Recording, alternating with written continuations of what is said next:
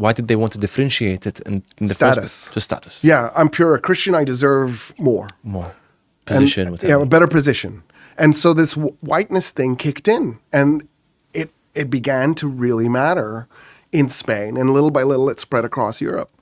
And eventually, it got mingled with slave trade and genocide of the Americas, and then the next thing you know, they're building empires. And so the whiter you are, the more Christian you are. That's that the was the rationale. original process. So did there are a lot of black community Christians and brown Christians and people who lived in America and lived with those white supremacists eventually. So that was so the white supremacy carried, because if you sit with anyone now who is racist, he wouldn't know where this comes from. He wouldn't be able to tell you what you just told me, right? Yeah. He wouldn't tell me that I'm purer. He wouldn't say that, right? No. So it's weird how the human biology works, is that it's still there. It's still there. I mean, Jesus is frequently portrayed as a blue-eyed blonde, or at least a light brown-haired guy who looks like he's from Sweden. Yeah. Yeah. We all know he was brown. He looked like Yasser Arafat. He was definitely, if he's going to be from this part of the region, he's not going to be white. Okay, so here's a twist on twists. I think the year is 1907. Don't quote me on the year. It was somewhere between 1901 and 1909. There was a person who is Christian Arab from the Ottoman Empire living in the United States.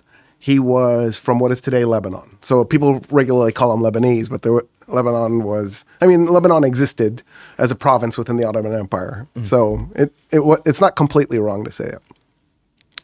He was a security guard living in California. He'd been in the United States for decades, and he wanted his U.S. citizenship.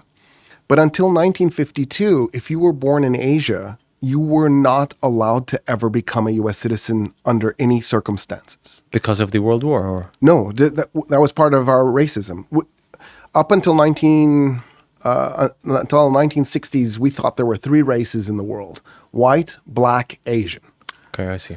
And so we divided the world up into those pieces. After the American Civil War, we made it very clear that if you were black or white, you could be a U.S. citizen. If you were Asian, you could never be a U.S. citizen. Asian meaning Korean, Chinese, or is it anywhere in Asia? Anywhere in Asia. Anywhere in Asia. Oh, literally Asian. Literally Asia. Okay. So this poor Lebanese guy couldn't become a U.S. citizen because Lebanon's in Asia. Exactly. So he sued. Poor guy.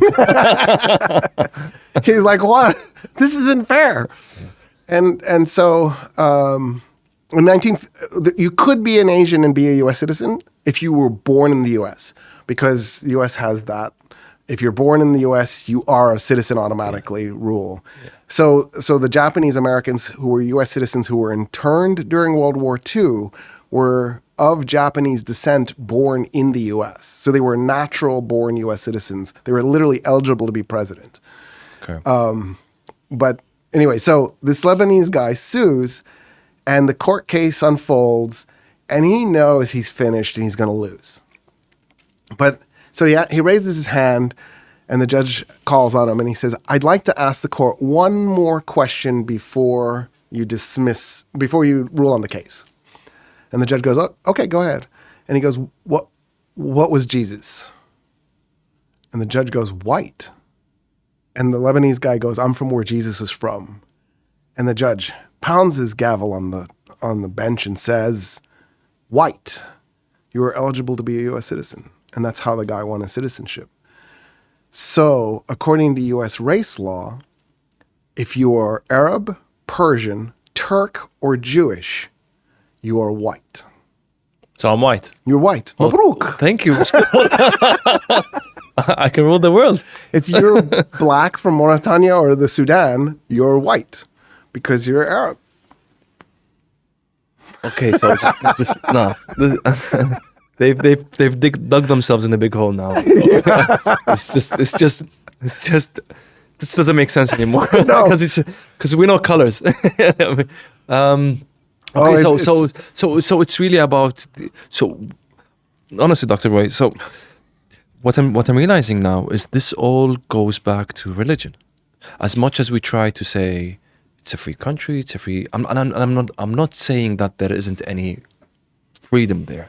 I'm saying that at the bottom of it is just it's a huge religious thing that is still going, covered by democracies or what have you. Yeah. So with that, so what I want to ask you about is now really is before, well, we're going to get back to the World War, but I can't not ask you now the question that I have in mind, which is, do they still think, like America and the West, that Islam fundamentally is a threat to civilization?